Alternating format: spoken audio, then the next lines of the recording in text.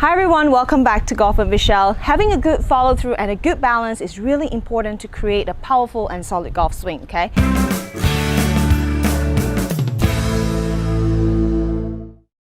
So, in order to complete our golf swing, after making contact with the ball, the swing doesn't end here.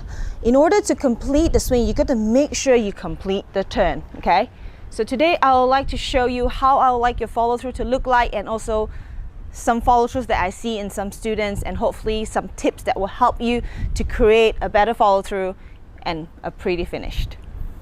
Alright, I'm going to start off with talking how I would like for your follow through to look like. So imagine there's a wall over here, right? So I'm going to have a line right outside my left foot, okay? So after making contact with the ball, after impact position, we got to make sure that our both arms are fully extended, hip and chest starting to turn towards the target, and then eventually the club will be right behind my head or my neck. Weight 90% on the left side. You will feel the weight is more towards the outer part of your left foot. Right heel off the ground with the bottom of your right shoe pointing that way, okay? So just gotta make sure you finish the turn, all right? As you can see, my hip is somewhat on the line, but my chest is actually behind the line, all right? So we gotta make sure after both arms fully extended, when we finish, hip on the line, chest behind, weight on the left side, 90% on the left side, right heel off the ground, and make sure you keep your balance, okay? This is how I would like for your follow through to look like. Some of the common follow throughs that I see in some of my students, or also some golfers, are, so imagine the line here again. I see some people follow through with avoiding the line, okay? So the hip is actually away from the line, or I see people sometimes hanging behind, weight is still on the right side, or some people will have a bent elbow, that's what we call chicken wings, or some people try to scoop the ball in order to finish the follow through, right? We see a lot of different kind of follow through, but some people actually work it out and still be able to play with it. But today I'll share some tips that hopefully will help you follow through better. Alright, this is a drill that you can work at home as well, or even though before you play, which is I would like for you to stand against a wall, okay? Stand against a wall with your right foot, just the outer right foot touching the wall. Cross your arms, get into a setup position, all right? Just gotta make sure when you take your backswing, as if you guys have watched a lot of my videos, I like to talk about having your left hip pushing towards the left side and then rotating towards the back, okay? So it's gonna look from this angle, good backswing, slight push, and then rotate the left hip backwards, all right?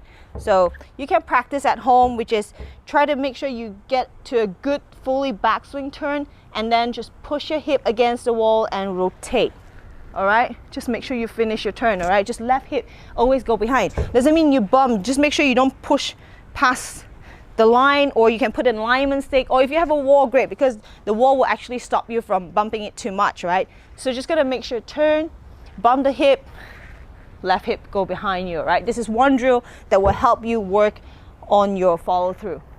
Right, the next tip will be, I would like for you to use your club, and this we're going to create some awareness to get the body to understand how I want the follow through to feel like, okay? So I would like for you to set up at an impact position over here. From here, don't use your hand to scoop or try to lift up with your elbow. I would like for you to use your hip, use your chest, and push through. And both arms extend, okay? So that will force your chest and body to turn towards the target, all right? Again, impact position. From here, I would like for you to use the body power, the chest, and push through and come up. Gotta make sure that my left leg is fully extended, both arms straight out, chest and hip pointing towards the target. Weight is about, at this point, weight is about maybe 80% on the left side, okay? So that's one drill. And the other one is something that I really like, okay? I would like for you guys to make sure you know how it feels at the follow through. That means at this position, all right? So start from this position, both arms extended, club face pointing behind you, chest and hip face towards the target, right heel off the ground. Okay, at this position, I would like for you to swing the club back all the way to this 90-degree position over here. Okay, I call it the L shape.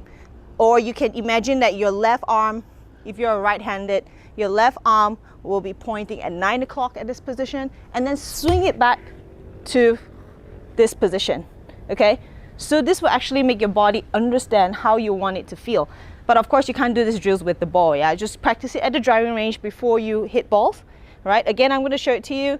Club pointing at your target, okay? Fully turn and swing the club back to 90 degree, and then swing it back to your follow through position. Just gotta make sure that you keep your balance, okay?